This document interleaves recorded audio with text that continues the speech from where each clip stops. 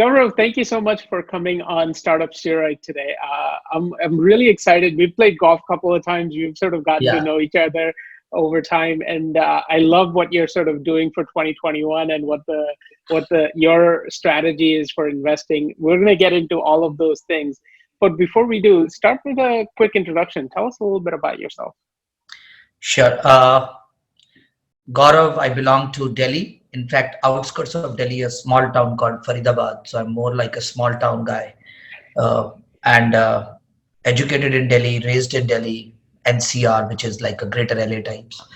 And I did my MBA from Bombay and moved to US 2003.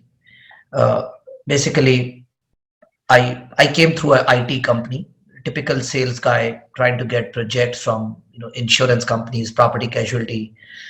I was in Melville in New York. 2008, once this all this green card trap thing is there, uh, I wanted to do something on my own.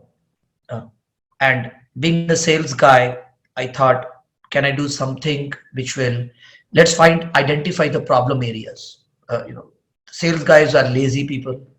They don't like to fill the reports. They don't like to make cold calls. They want everything ready, give them on a silver plate, and they think they can close. And they're very good at closing and so on and so forth. But nobody wants to do the legwork. So I picked that work that we will call for you and we will get you an appointment. So even if you are a Microsoft BU head, geography head, you're heading $8 billion infra business, your next year target is $9 billion or $10 billion. Whosoever you are, even if you are a $3 trillion country, your next year target is $3.5 trillion. So anyway, you have to grow. And Right. in the growth, there are two parts. Either you get net new business from new customers or you grow the existing customer. There is no other third way, unless until you go with acquisitions and all that, but M&As. And in both cases, whether you want net new logos business or you want to grow existing business, you need to talk and present your products or offerings to the customer. More people at customer side. So let's say you are Microsoft or IBM, uh, and Starbucks is not your customer, hypothetically. So your senior vice president says, I want to meet the chief technology officer of Starbucks, and I can save 5% of his time in whatever in supply chain. I can save 8% of his time by doing e-commerce business, and I can increase the revenue by 15% by creating a Starbucks online e-commerce store. Right. Whatever, I can save on cybersecurity, whatever their offerings are. The first step is identify who is the guy. And everybody thought it's easy. I will do some Google research, I'll do a LinkedIn, I'll find. Right. Figure out the roles are not very clear. Hmm. Who is doing what? So we took that role. We now call, we have mapped Fortune 10,000 companies, every single decision maker influencer in any office. So CIO office, CMO office, CTO office, procurement office, legal office, finance office, operations, etc. So on and so forth. So if there are in Starbucks, if there are 25 CXOs, that means Right. 25 different offices. We have mapped CXO -1, -2, -3. Who is the Wow. influencer? Okay. A CIO might be the decision maker, but he doesn't know what is happening at -2 level. Right. He really relies on his senior director, person X, that this guy is good. If he tells me that I have a cyber security issue and we should do, I'm going to do it. So Right. then we started identifying who has a say, who is the influencer, who is the decision maker. How many of them have EAs? What is their direct phone number? What is their email addresses? What time the EA comes? What time the EA goes? Is the EA helping in getting meetings on the calendar for new vendors, or is she a Right. gatekeeper trying to keep her boss or his boss busy, and not all of us like trying to get on his calendars? Right. We mapped everything in last 13 years, and then Wow. we said we are going to get you meetings. So IBM, if you're looking for any geography, any industry, any offering, any vertical, tell us, and we are going to get you. So they say this year net new business target is $400 million. I'm just throwing some numbers, and my average ticket size is $10 million. I need 400 different customers or whatever number of Right. customers. Right. How do I get it? And then we say, okay, let's look at geography wise, state wise, city wise, company wise, revenue wise. We do all this cutting and chopping, and we build a ICP, ideal customer profile, for him. And then we say, what are the offerings? He say, I have 15 offerings. Okay, let's do the organization mapping, that for your offering infra, who is a decision maker, who is a Right. influencer. Map every single guy at every single customer you need. So the next 2, 4, 6, 8 weeks, we are mapping their offerings with the customers across geography. Then they say, hey, I'm global. You're doing good. Replicate this in Australia. Can you do the same thing in Africa? How about Europe? In Europe, I want French and German and Italian's language, Spanish and Polish also. Right. Can you do a separate campaign for UK? It was pretty crazy. Yeah. And if IBM has 200 sales reps in net new logo, each of them want 1 or 2 meetings a week on their calendar because Right. everybody wants to talk. So even if they're the best in the market, I'm trying to say the first step is, can you get me in front of the customer? Then I will take care of it. Right. So first and foremost, in the first 4, 5, 6 years, we started doing that. Get them in front of customers. Yep. Then the problem started. Hey, you got me the meeting, taking the same example with Chief Information Officer of Starbucks. Now what do? I got the meeting. I'm Yeah. flying my guy from India, and then somebody's coming from New York, and he's my Right. domain guy, he's my vertical guy, he's my technology guy. 4 people sit for a lunch meeting with the CIO. What to talk? They Yeah. don't want to hear, let's say, how great is Wipro or Right. HCL or Accenture. They know that. Right. What's in it for him? So then we started mapping. Can we identify his pain areas? What is Yep. giving him sleepless nights? What is he searching online? How can you make him a hero in his company? Who is he Right. currently working with? What partners and vendors are working for him, what are not working so great? Where is the entry level? What if he wants it but he needs a champion? What happens if procurement wants to get in this? So on and so forth. And then we Right. started getting into account profiling. And then he said, this Right. was great. You got me the meeting, you gave me the battle cards, what to talk. Now I'm there. Then the Yep. problem was, what happens after the first meeting? You met him, great.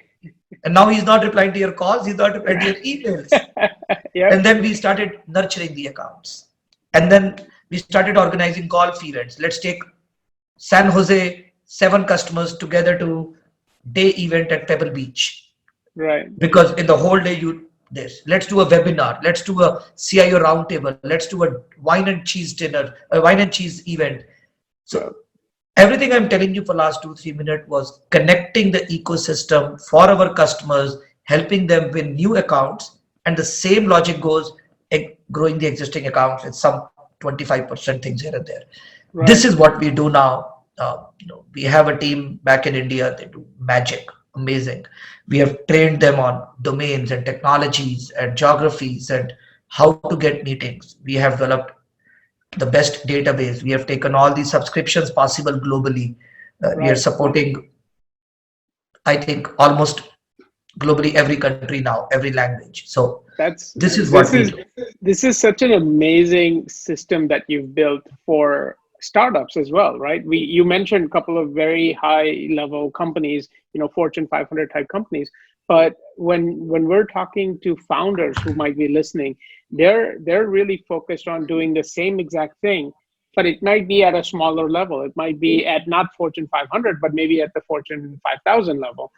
So So the problem yeah, remains the same. Whether yeah, you're a Microsoft, you're a Amazon, you're a IBM, or you're a startup, the yeah, problem remains the same. In fact, for startup, it is all the more relevant because they're yeah, so passionate.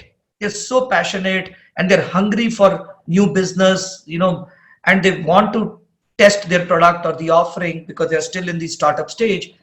If you give them a meeting, the probability of they converting that meeting to a customer or taking them to the next level in the sales funnel, if you see, hmm, is far higher than if you give the same lead to IBM guy or Microsoft or Infosys or Wipro or right, HCL, because for them, addition of account is another fish in the pond. They have 1100 customers. This one was 1101. right, For somebody who has 2 customers, startup, and those 2 were also through references, family and friends and previous companies, every addition means a lot to his top line and bottom line and confidence. So absolutely, whatever I said makes more sense yeah, to startups. absolutely. So this is fantastic. So we're and you also invest in startups and help them go through this journey. You sort of mentor them and guide them through that. So we're going to talk a lot about that as well. But before we do, I know you have an amazing plan for your personal life for 2021. I want to touch on that a little bit. So it gives founders that context, where you are and what your expectations are. So tell us So, what you sort of decided for 2021. so God has given more than what I deserve, first of all. I don't deserve whatever I've got, and I have a mentor. And I think for me, God and mentor, my mentor is at same level, if he's not above that. Uh, you know, with COVID happening, the world was very different. Thousands and thousands of people lost their lives, and we were all on the edge at some point. We didn't know what's going to happen to us. Nobody knew this dark tunnel. What's the end?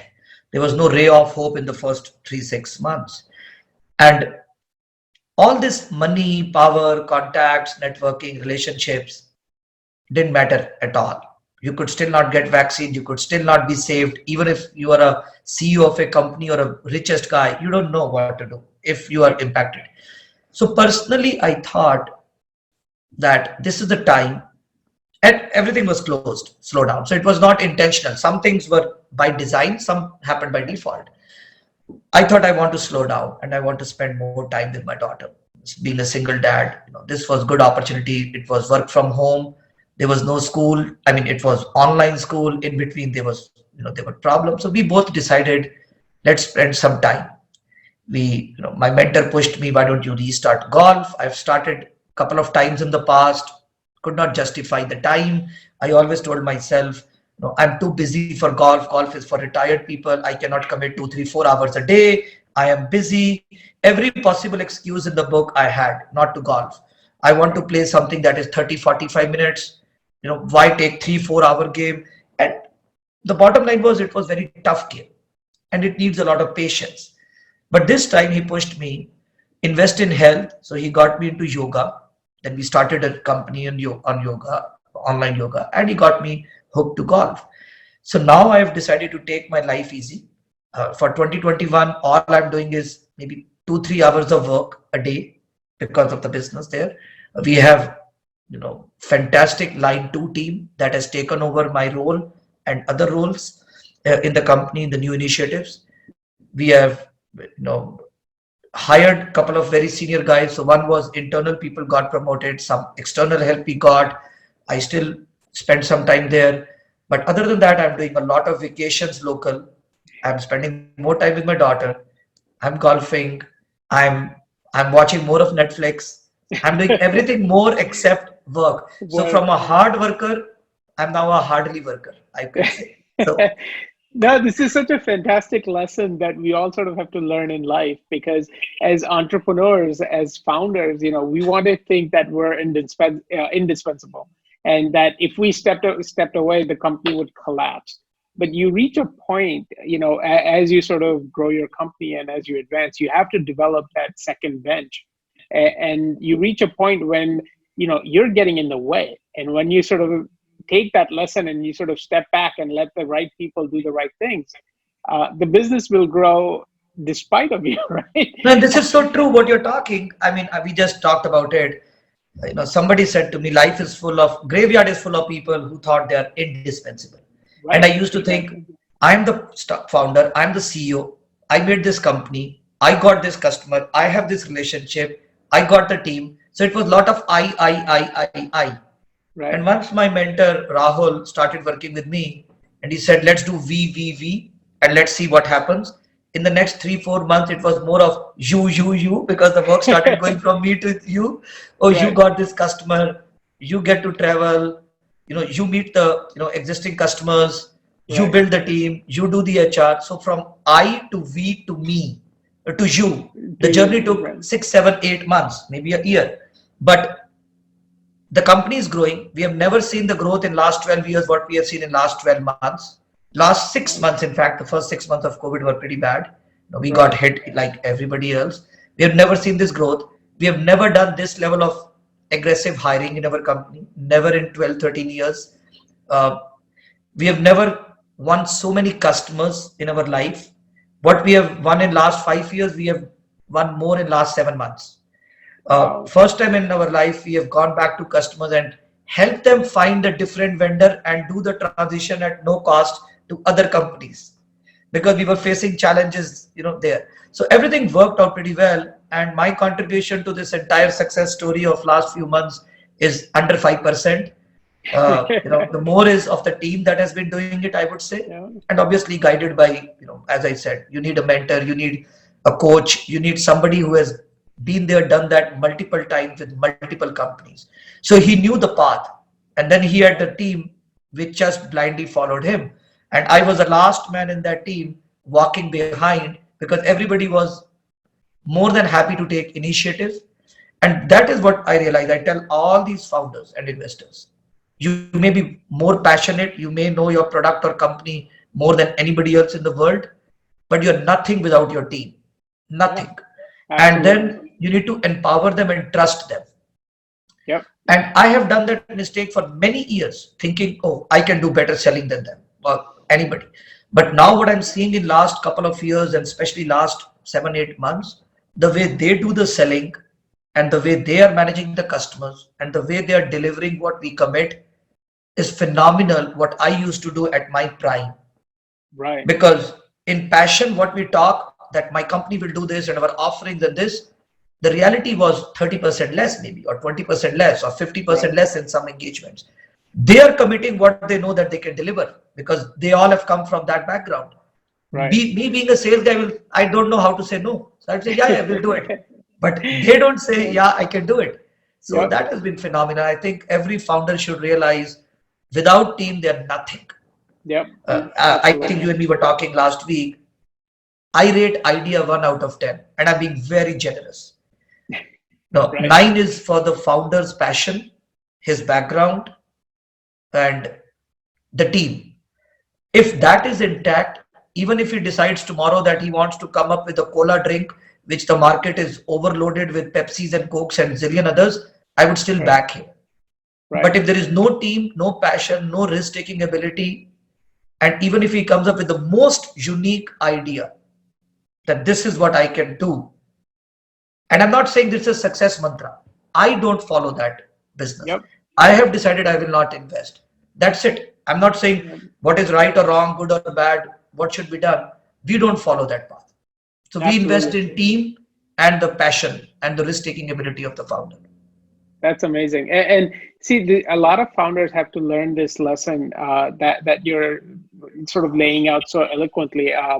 That it may start out as a individual player on the field where they're really starting and they're really putting the right pieces in place.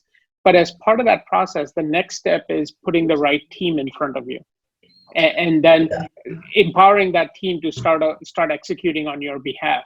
And then step three is what you're doing now, which is step away from the field. You become the coach and you put in a captain who can lead that team.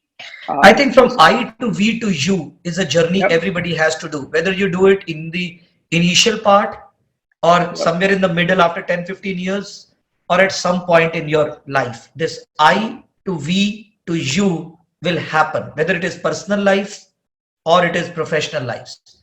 You look at everything, and the other thing for a founder or those passionate startup companies and individuals, and we were all, I think you should have a mentor or a coach.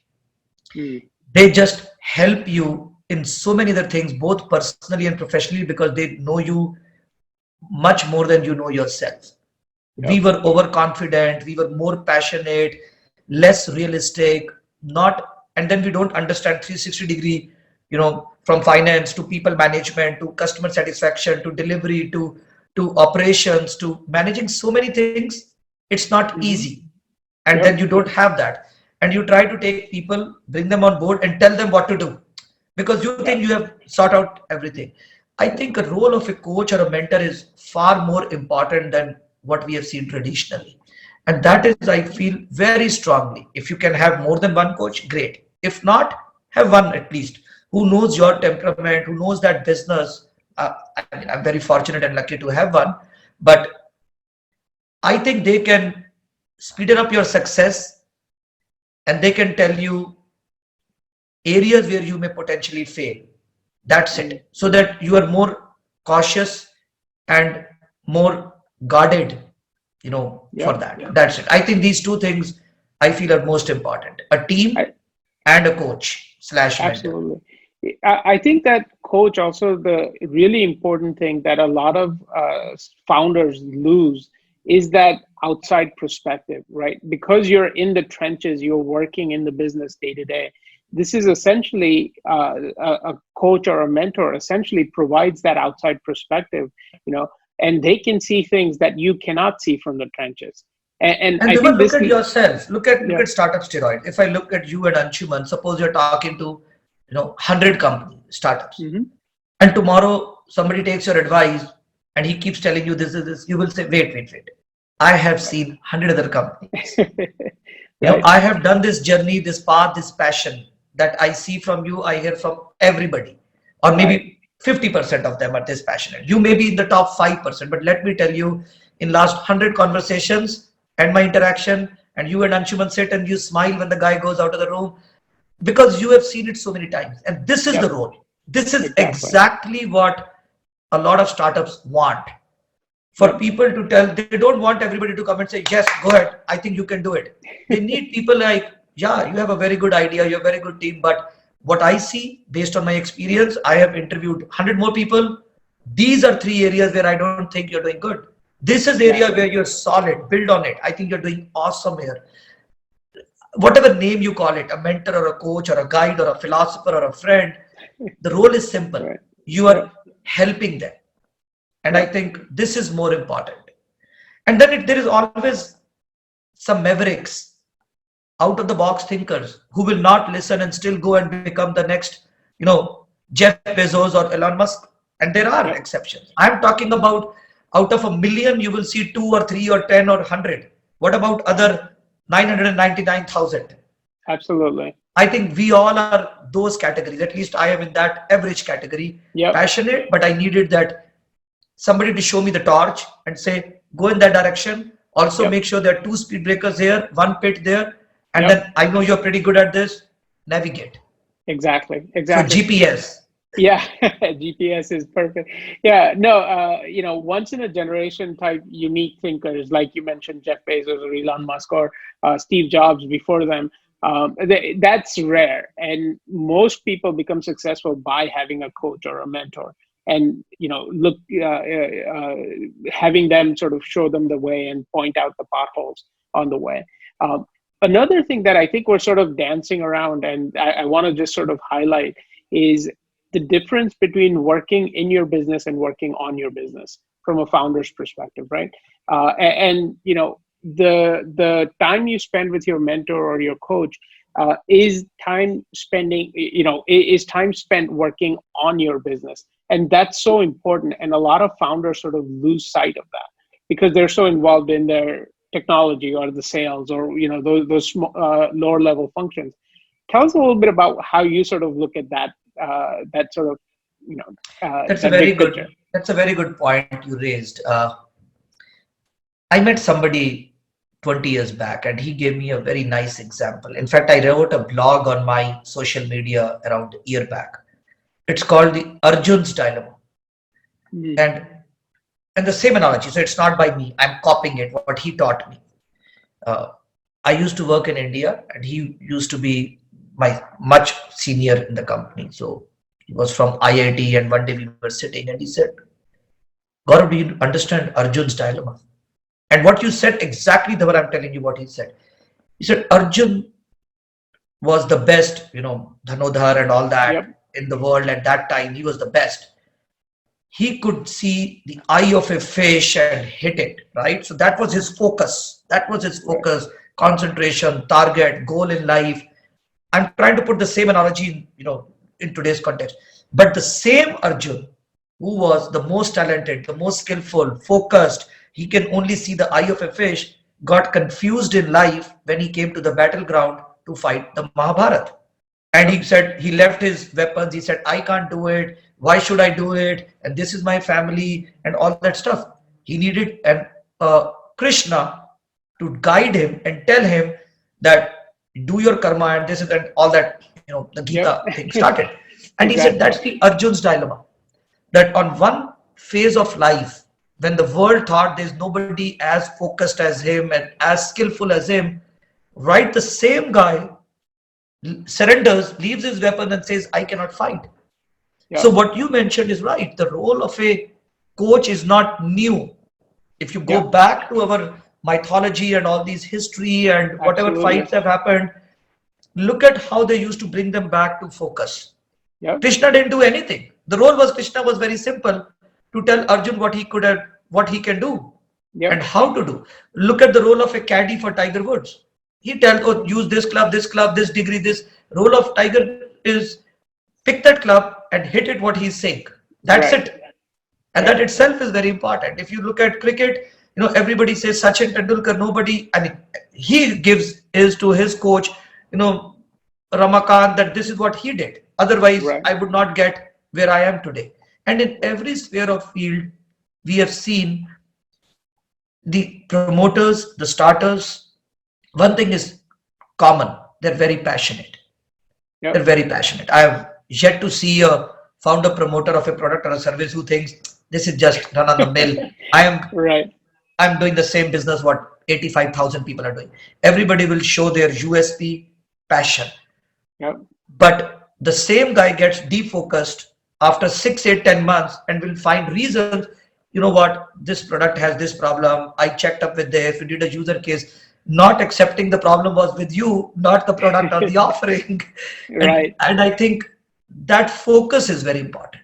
Other with passion. Absolutely. And a lot of us, including me, lose this focus.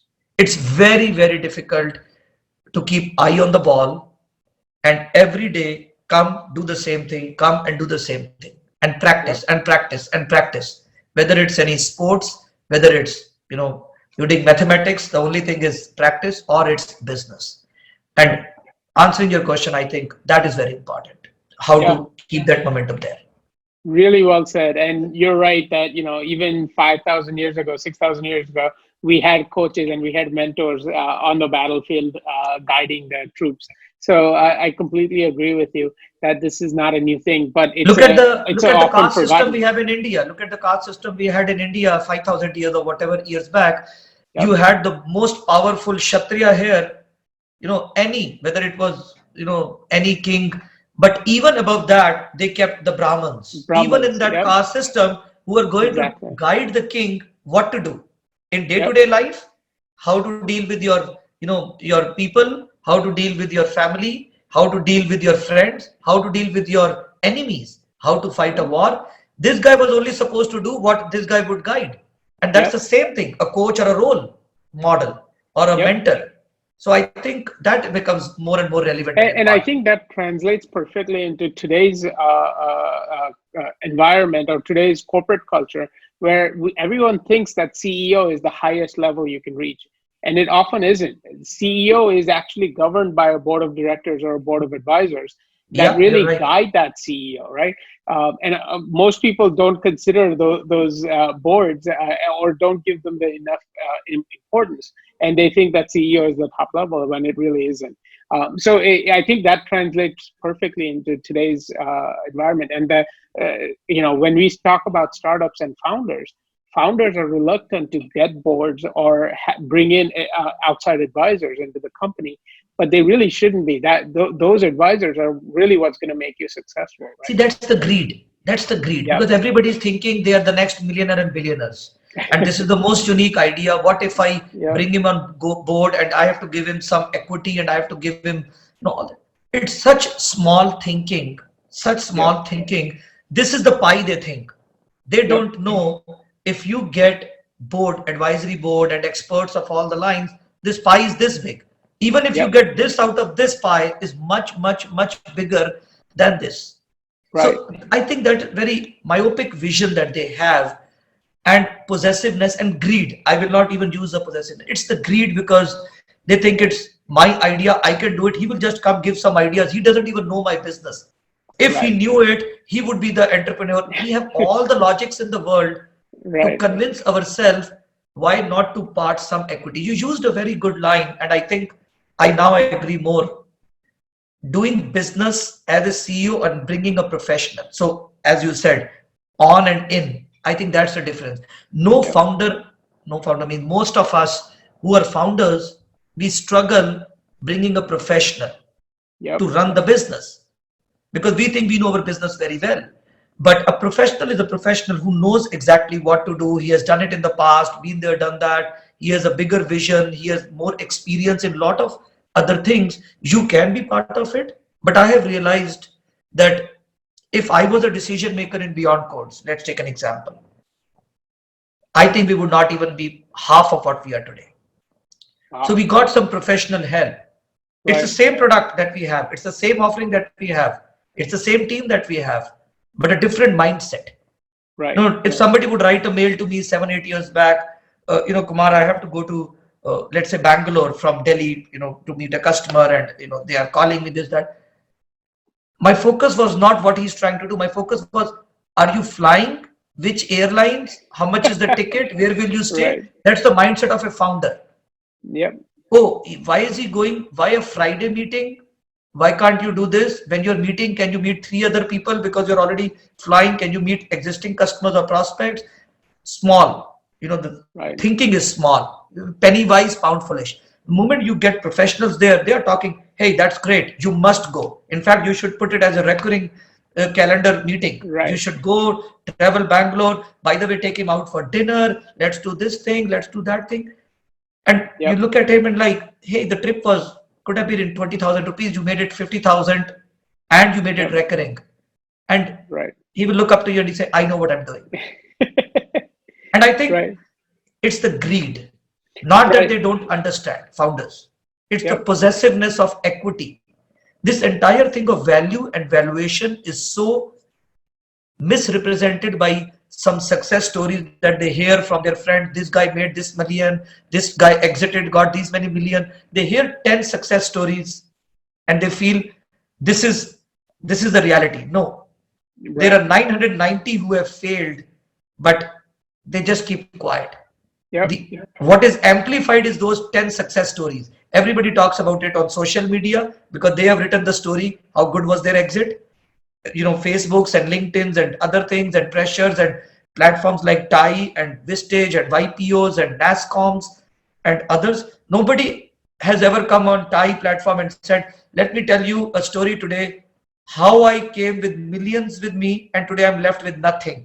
They all will Right. come and we all will come to share our rags to riches story. I came with Yep. $200. Today I have 20 million, 50 million. I have Correct. never seen the reverse. Whereas the reality is all of us have failed more Yep. than any Absolutely. other. Any I have done more mistakes, seen more failures than successes.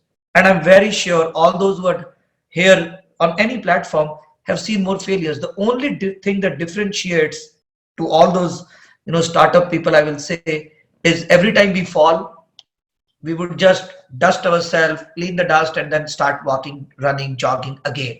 That's the only Absolutely. difference. That Absolutely. one should not be scared of failures or setbacks or yeah, but if you know that that was a wrong decision, one should be wise enough to pull out also. And Yep. acceptance of failure is very important. But I think that's the only difference between entrepreneur and a non-entrepreneur. Yep. Others will chicken out and say, hey, I had a job of 250, 300, 400K. Let me go back. While this guy is Right. saying, no, I will try more. I will try more. I think that's Yep. the only thing that differentiates. And founders should strongly believe they will see setbacks, they will see failures, and their business model, whatever they have made business plans, you can throw it out of the window in 6 months' time because you will get more revenue from things that you have not thought of when you started Right. this venture. We never thought. We thought we are a call center fixing appointments. And today we Right. do everything else but that. So Right. good luck to them. Absolutely, absolutely. And that's such a fantastic note to end the interview on. But I have that one last question for you before I let you go. And that last question is, what is the one action step that you can suggest to the founders that are listening, that they must do before they give you that first call or send you that first email? What is the one thing that you look for in startups? We touched on 100 different things in the last half hour. but that the most important, what's the top of the list for you? I think it's the matchmaking, and thankfully, the kind of platforms you have, whether it is startup steroids and other platforms, you have to do research on what kind of investor you want. Investment money is very expensive, very expensive. If you have picked a wrong investor who only gives you money, that's it, and not contributing to your success, cannot accelerate your business in any form, whether it is sales or technology or guidance or getting you access to outside world with his contacts and network, and it's only money and he's looking at return on money, at least we are out. I have not done a Yeah. single investment ever in my life where it's just investment and we forget and no role, no contribution. So if you are expecting that you will come to us and say, we are valued at $5 million, which is very bare minimum, and I'm looking to do a this thing of 5% and this, not interested. Tell Yep. me why you have chosen me. If Yep. you come to me and say, hey, you have done this, you do this, you can help me net new business, you can help me grow existing customer. By the way, I saw your LinkedIn, these 7 contacts that you have, and they have written recommendations for you on LinkedIn, and I have done background check. These are my biggest potential customers. By the way, you have an India center. Can we leverage that? I also saw your whatever X investments, and I think those investments have a direct connect. 2 of them have. You have to come Yep. up with a case study, story. Why me? Because Yep. if it's only give me the money and I can do the rest, God bless every investor who can do that. And I'm not saying that's a bad strategy. A lot of them do that. And this is great if they can. We don't do it that. Yep. I personally invest, through some reference where we talk to them, why do you need the money? So it's those 5 whys. Keep asking, why do you need the money? I Right. need the money to grow. Why do you need to grow? Because I need to do this. Why do you need to do this? Oh, I need net new customers. Why? Right. Because I have the team sitting in India who's on bench. Can we grow that? Or I want to increase my revenue. And then we say, okay, you're looking for 50,000. We'll give you 250,000. Yep. We'll pick this equity. And if your biggest challenge is new customers, we'll take the load. We'll get Yep. you customers. So I think that's one thing. They need to do research on every single person they are going after for investment, because they have to pay a price, and they better Yep. pay the right price. On one side, they're so possessive about their equity. Initially, they don't want to get advisory board or any sweat equity or ESOP. Everybody's possessive. On the other side, Yep. they're willing to talk to investor on the valuation and give him more money and take, or give him more equity, take more money, without Yep. finding that marriage. I think Next. that is the only thing I would say.